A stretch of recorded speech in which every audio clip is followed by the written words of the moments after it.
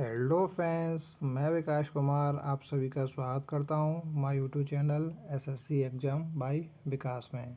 ठीक है, जैसा कि दोस्तों आप सभी को पता है, मैं आपके लिए दोस्तों रोज़ाना टॉप 5 मैथ के क्वेश्चन कराता हूं जो दोस्तों आपके एसएससी जीडी से संबंधित है। ठीक है, तो चलिए आज ही का स्टार्ट करते हैं बिना देरी के। तो भाई जो हमारा पहला क्वेश्चन है वो देखिए स्क्रीन पर आ चुका है, क्वेश्चन नंबर 1। ठीक है, देखिए भाई आपको क्वेश्चन नंबर 1 भाई आपको दिख रहा होगा। चलिए पढ़ लेते हैं क्या कहने वाला है। वार्षिक रूप से संयोजित 9% की वार्षिक दर पर 1 वर्ष और 4 महीनों के लिए रुपये 20,000 पर अर्जित चक्रवृद्धि ब्याज ज्ञात कीजिए। ठीक है, यानी आपसे पूछा दोस्तों कंपाउंड इंटरेस्ट। तो भाई कुछ भाई दिक्कत नहीं है, इजी है। देखिए क्वेश्चन क्या कहता है, यहाँ पर बोला है जो आपको प्रिंसिपल दे रखा है वो दे रखा है भाई आपको कितना, 20,000 रुपये। ठीक है, और यहाँ पर देखिए जो आपकी कंपाउंड जो इंटरेस्ट है ये दोस्तों वार्षिक दर है। ठीक है, यहाँ पे दोस्तों अर्धवार्षिक नहीं है, वार्षिक दर है। तो अब दोस्तों कोई दिक्कत नहीं है। अब देखिए यहाँ पर जो आपको दर दे रखी है वो दे रखी है भाई आपको 9%। ठीक है, और टाइम दे रखा है भाई आपको 1 साल 4 महीने। ठीक है, तो मैं भाई क्या कह सकता हूँ, देखिए पहली साल तो दोस्तों आपके 12 महीने काउंट होने वाले हैं। ठीक है भाई, 1 साल का मतलब क्या होता है, 12 महीने। ठीक है, और दूसरी साल में यानी 4 महीने। ठीक है, तो अगर मैं इन्हें दोस्तों कन्वर्ट करूँ किसमें, ईयर में, तो देखिए 12 महीने में दोस्तों अगर मैं ईयर में जाऊँ तो दोस्तों 1 साल। ठीक है भाई, 12 महीने में 12 महीने सॉरी दोस्तों 12 महीने में दोस्तों साल कितनी हो जाएंगी, 1 साल हो जाएगी। ठीक है, इसी प्रकार से दोस्तों 4 महीने में दोस्तों ईयर कितनी हो जाएंगी, 1/3। ठीक है, तो क्वेश्चन ईजी है, डरने की कोई बात नहीं है। यानी कि इसका कहने का मतलब ये क्वेश्चन का, पहली साल देखिए 9%। ठीक है, 1 साल के लिए, और दूसरी साल के लिए दोस्तों पूरी साल के लिए नहीं है दोस्तों, यानी 1/3 ईयर के लिए 9% ब्याज।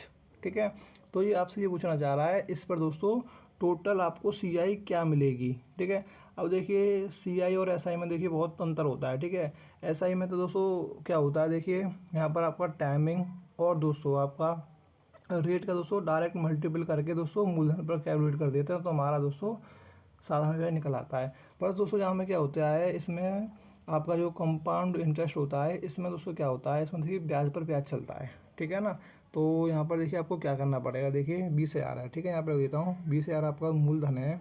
तो इस पर देखिए पहली साल जो मिला होगा वो कितना मिला होगा, 9%। तो दोस्तों मिश्र धन कितना हो जाएगा हमारा, 109/100। ठीक है, दूसरे साल के लिए दोस्तों क्या होगा, देखिए यहाँ पर है 1/3 है, तो मैं 1/3 इंटू 9% करूँगा तो भाई कितना हो जाएगा, इक्वल टू 3% हो जाएगा। तो यहाँ से दोस्तों मैं कितना मिल जाएगा मिश्र धन, 103। ठीक है, यहाँ पे लिख लेना, ये 103 है, 103/100। ठीक है, कोई नया सवाल नहीं है भाई। ये बताइए अगर आपसे ये 9% दे देता, ठीक है, और 2 साल के लिए बोल देता, तो आप कैसे निकालते हैं, 20,000 का 109% इंटू 109%। ठीक है, तो यहाँ पर बस दोस्तों इसने यही तो गड़बड़ी कर दी है, 4 महीने लगा दिए हैं। 4 महीने का मतलब क्या होता है भाई, 1/3 ईयर। ठीक है, तो यहाँ पर दोस्तों हमारी जो दर काउंट, जो यहाँ पर दोस्तों हमारी दर काउंट होगी वो होगी दोस्तों हमारी 3%। ठीक है, इतना आपको समझना है, बस आपको ये कैलकुलेशन करनी है। चलिए कर लेते हैं, देखिए क्या हो जाएगा, 2 जीरो से ये 2 जीरो कट जाएंगी और 2 जीरो से ये दो जीरो कट जाएंगी। ठीक है भाई, तो यहाँ से भाई क्या हो जाएगा आपका 109 इंटू यहाँ से हो जाएंगे भाई आपके 206। तो भाई इनको अगर मल्टीपल करोगे तो भाई आपका क्या आने वाला है, यहाँ लिख लेंगे हम भाई, ये हो जाएगा भाई आपका 22,454। ठीक है, तो यहाँ पर देखिए आपका जो मूलधन है वो दे रखा है भाई आपको 20,000। ठीक है, और आपको भाई मिश्र धन हो गया भाई कितना, ठीक है, मिश्र धन हो गया भाई 22,454। ठीक है, तो यहाँ पर दोस्तों अगर मैं मिश्र धन में थे अगर दोस्तों मूलधन घटा दूंगा तो भाई मुझे क्या मिल जाएगा, हमें मिल जाएगा कंपाउंड इंटरेस्ट यानी चक्रवृद्धि ब्याज। तो यहाँ से भाई घटा लेते हैं तो क्या हो जाएगा हमारा answer, option number C correct answer. ठीक है, तो यहाँ पर हमारा भाई बिल्कुल हमारा जो आंसर आने वाला है वो हो जाएगा आपका 2454। ओके, चलिए नेक्स्ट क्वेश्चन देख लेते हैं। नेक्स्ट क्वेश्चन दोस्तों हमारे क्या कहने वाला है, क्वेश्चन नंबर 2। देखिए क्वेश्चन नंबर 2 हमारा स्क्रीन पर आ चुका है। चलिए, दो संख्याओं का योगफल 342 है और उनका महत्तम समावर्तक 19 है, ऐसी संख्याओं के कितने युग्म बनाए जा सकते हैं। ठीक है, तो ये भी देखिए इजी है। देखिए क्या है भाई, दो संख्याओं का जो आपको योग दे रखा है वो दे रखा है आपको कितना, 342। ओके। और उनका आपको जो हाईएस्ट कॉमन फैक्टर यानी एचसीएफ आपको दे रखा है भाई 19, ठीक है। तो भाई मैं कह सकता हूँ, देखिए भाई उनको एचसीएफ जो दे रखा है आपको भाई 19 दे रखा है, तो इनमें देखिए मैं कह सकता हूँ जो संख्या रही होंगी दोस्तों दोनों, एक रही होगी 19A और एक रही होगी भाई 19B, ठीक है। तो इनका जो आपको टोटल दे रखा है 19A और 19B का भाई वो दे रखा है आपको कितना 342, ओके। तो भाई मैं इसको किस प्रकार से लिख सकता हूँ, 19 यहाँ से कॉमन ले लूँगा, 19A plus B equal to कितना हो जाएगा 342। तो यहाँ से मैं A plus B equal to कितना लिख सकता हूँ बताइए भाई। तो यहाँ से मैं अगर कैलकुलेशन करूँ 19 से ये कितने बार कट जाएगा, 19 एकम 19 और यहाँ से बचाएंगे 19 अट्ठे 152, ठीक है। तो यहाँ भाई A plus B equal to आया हमारा 18, ठीक है। A प्लस बी भाई क्या है, ये A दोस्तों और B ये है दोस्तों हमारी सहभाज्य संख्या है, ठीक है। इनमें मतलब कि कोई भी नंबर्स नहीं है। अब दोस्तों आपको ऐसे युग्म देखने हैं, देखिए इन दोनों ऐसी संख्या रखनी है जिन्हें दोस्तों जोड़ने पर आपको क्या आ जाए 18 मिल जाए, बट उसमें दोस्तों क्या हो, कुछ कॉमन ना हो, ठीक है। जैसे कि एक संख्या देखिए आपकी बन जाएगी 1,17 बन जाएगी, ठीक है। तो इसी प्रकार से दोस्तों आपको चेक करने पड़ेंगे। और जैसे कि अगर मैं देखूँ एक बन जाएगी भाई आपका 5,13, ठीक है। तो ये भी ठीक हो जाएगा। और देखिए और क्या बन सकता है, दो दो में तो वही कॉमन हो जाएगा। और आपका क्या क्या बन सकता है, ठीक है। तो देखिए अगर आप इनमें जाओगे, दो तो ये बन गए, देखिए आपको देखिए चेक करना पड़ता है इसमें, ठीक है। जैसा कि अगर मैं आपको पूरी तरह से अगर चेक करना बता दूँ, ठीक है, यहाँ अगर देखिए स्पेस नहीं है, जैसे कि आपको दोस्तों क्या करना है इसमें, देखिए कन्फ्यूज़न होता है क्या है, देखिए आपको क्रम से लिखना है। जैसे कि एक में भाई 1 और 17 कितने हो जाते हैं 18 हो जाते हैं, ठीक है। 2 और 16 18 हो जाते हैं, ठीक है। 3 और 15 कितने हो जाते हैं 18 हो जाते हैं। 4 और 16 18 हो जाते हैं। 5,15 18 हो जाते हैं, सॉरी दोस्तों 5,13, ठीक है भाई। और देखिए यहाँ पर भी मैंने गलती लिख दिया है, रुक जाइए थोड़ा। यहाँ पर 4 कॉमा कितने हो जाएंगे भाई आपके, ये हो जाएंगे आपके कितने हो जाएंगे भाई 14 हो जाएंगे, ठीक है। 14 और 4 18 हो गए और 15 और 3 18 हो गए। इसी प्रकार से दोस्तों आगे जाओगे 5,13, ठीक है। इसी प्रकार से जाओगे 6 कॉमा कितने हो जाएंगे भाई 12। इसी प्रकार से आगे जाओगे तो भाई कितने होंगे 7,11, ठीक है। आगे जाओगे इसी प्रकार से भाई 8,10, ओके। और आगे जाओगे 9 कितने हो जाएंगे भाई आपके बताइए 9 हो जाएंगे भाई आपके 9, ठीक है। और 10 कितने हो जाएंगे आपके 18, ओके। तो अब यहाँ पर आपको देखिए और आगे जाओगे तो क्या हो सकता है 11,7, ठीक है। तो आपको कब तक जाना है, इसी प्रकार से आप देख पा रहे होंगे 11,7। और आपका देखिए 11,7 कहीं और दिख रहा है, ये दिख रहा है, मतलब कि अगर रिपीट होने लग जाए संख्या वहीं आपको रोकना है, ठीक है। अब इतने देखिए युग्म बन गए। अब आपको ऐसे युग्म छांटने हैं जिसमें दोस्तों कुछ कॉमन ना हो, ठीक है। मतलब एक तो देखिए सभी में कॉमन होगा, बट दोस्तों एक के अलावा दोस्तों और कुछ कॉमन नहीं होना चाहिए उसमें, ठीक है ना, समझ पा रही हो या नहीं। तो जैसे अगर मैं बताऊँ 1,17, तो इसमें एक तो कॉमन भाई सब में ही होगा, ठीक है। अब 1,17 के बाद दोस्तों एक्स्ट्रा कोई भी कॉमन नहीं होना चाहिए, जैसा कि 1,17 है, ठीक है। देखिए 2 और 16 में कॉमन है, 2 कॉमन आ जाएगा, ठीक है। ये भी दोस्तों कॉमन आ जाएगा, इसमें भी कॉमन आ जाएगा, ठीक है। देखिए एक ये है, इसमें दोस्तों कुछ कॉमन नहीं आने वाला है, एक ये हो जाएगा, ठीक है। देखिए ना इसमें कोई कॉमन आने वाला है, ठीक है। तो इसमें भी कॉमन आ जाएगा, इसमें कॉमन आ जाएगा और इसमें भी कॉमन आ जाएगा, ठीक है। तो 11,7 में दोस्तों इसे काउंट इसलिए नहीं करेंगे दोस्तों, 7,11 या 11,7 एक ही बात है, ठीक है। यहाँ आपको रुक जाना है। तो आप यहाँ पर देख पा रहे होंगे भाई 3 युग्म बनेंगे, यानी option number A correct answer, ठीक है। देखिए आपकी देखिए अच्छी प्रैक्टिस है तो दोस्तों आपको इतना लिखने की ज़रूरत नहीं है, ठीक है। बट ये है कि दोस्तों आपको लिखने में कोई दिक्कत नहीं है। देखिए आपको मुश्किल से 20 सेकंड लग जाएंगे, इससे ज़्यादा नहीं लगने वाले हैं, क्योंकि दोस्तों आपका क्वेश्चन गलत नहीं होना चाहिए, ठीक है। तो एक क्वेश्चन तो देखिए यानी जीडी में 2 नंबर हो गए, 2 नंबर तो भाई बहुत बड़ी बात होती है। तो नेक्स्ट क्वेश्चन देख लेते हैं क्या कहने वाला है। देखिए ये भी देखिए काफ़ी इंपॉर्टेंट क्वेश्चन है, चलिए पढ़ लेते हैं क्या कहने वाला है। एक बेलन का कुल पृष्ठीय क्षेत्रफल 64 पाई वर्ग इकाई है, जहाँ बेलन की ऊंचाई इसकी त्रिज्या के बराबर है, ठीक है। यदि ऊंचाई दोगुनी और त्रिज्या आधी कर दी जाए तो बेलन का कुल पृष्ठीय क्षेत्रफल क्या है, ठीक है। तो भाई आपसे देखिए इसमें बस आपसे क्या पूछा है, बेलन का कुल पृष्ठीय क्षेत्रफल बताइए।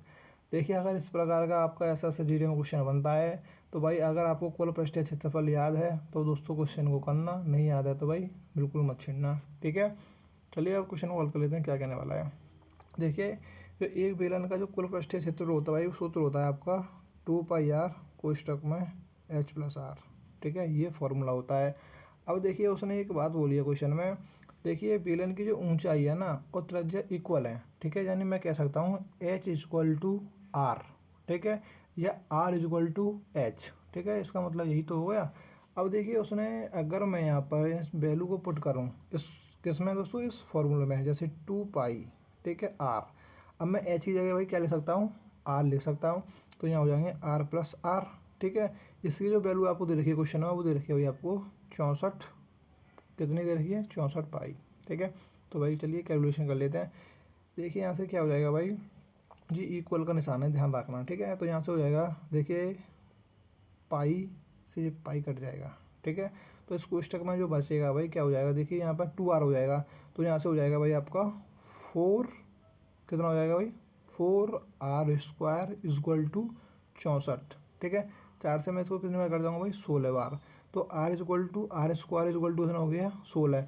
तो मैं यहाँ लिख सकता हूँ भाई, क्या लिख सकता हूँ मैं यहाँ से r=4। ठीक है, यहाँ पर दोस्तों हमारी जो त्रिज्या की वैल्यू आई वो आई हमारी 4। ठीक है, और यहाँ पर देखिए h की भी वैल्यू दोस्तों क्या है हमारी 4 है, क्योंकि क्वेश्चन में उसने बोला था कि जो आपका त्रिज्या और ऊंचाई भाई सेम है। अब देखिए आगे क्वेश्चन में उसने क्या बोला है, कंडीशन देखिए पढ़ लेते हैं। देखिए यदि ऊंचाई 2 गुनी और त्रिज्या आधी कर दी जाए। ठीक है, त्रिज्या देखिए आधी कर दी जाए, यानी 4 को हम लिखते हैं भाई 2। ठीक है, आधी, और आपकी ऊंचाई को दोस्तों करते हैं 2 गुना यानी 8। ठीक है, तो अब पूछना चाह रहा है कि अब कुल पृष्ठीय क्षेत्रफल कितना होगा। तो कुल पृष्ठीय क्षेत्रफल का भाई फॉर्मूला आपका ये रहा, इसमें आपको वैल्यू पुट करनी है। ठीक है, तो चलिए कर लेते हैं, क्या है 2π, ठीक है, इंटू 2, आर की वैल्यू 2 है। कोष्टक में क्या हो जाएगा भाई 8 और 2 यानी 10 हो जाएगा। मैं डायरेक्ट लिख देता हूँ, तो यहाँ से कितना हो जाएगा भाई 2 दूनी 4 और ये हो जाएंगे भाई आपकी कितनी 40π। ठीक है, तो भाई 40 वर्ग इकाई क्या रही होगी दोस्तों, आपका कुल पृष्ठीय क्षेत्रफल रहा होगा। Option number C correct answer. ठीक है, तो भाई आप क्वेश्चन देख पा रहे होंगे भाई इतना इजी था अगर आपको फॉर्मूला याद होगा तो। ठीक है, नेक्स्ट क्वेश्चन देख लेते हैं। क्वेश्चन नंबर जो भी है नंबर से नहीं लिखे हैं, क्या कहने वाला है देखिए, चलिए पढ़ लेते हैं क्वेश्चन। विजय ने एक घड़ी 50% की हानि पर बेची। ठीक है, यदि उसे ₹2400 की हानि हुई, घड़ी का विक्रय मूल्य ज्ञात कीजिए। ठीक है, तो ईजी है। देखिए बताइए भाई उसने एक घड़ी बेच दी 50% की हानि पर। ठीक है, और जो हानि हो रही है भाई उसे 2400 रुपये की। तो मैं कह सकता हूँ भाई 50% की वैल्यू है भाई 2400 है।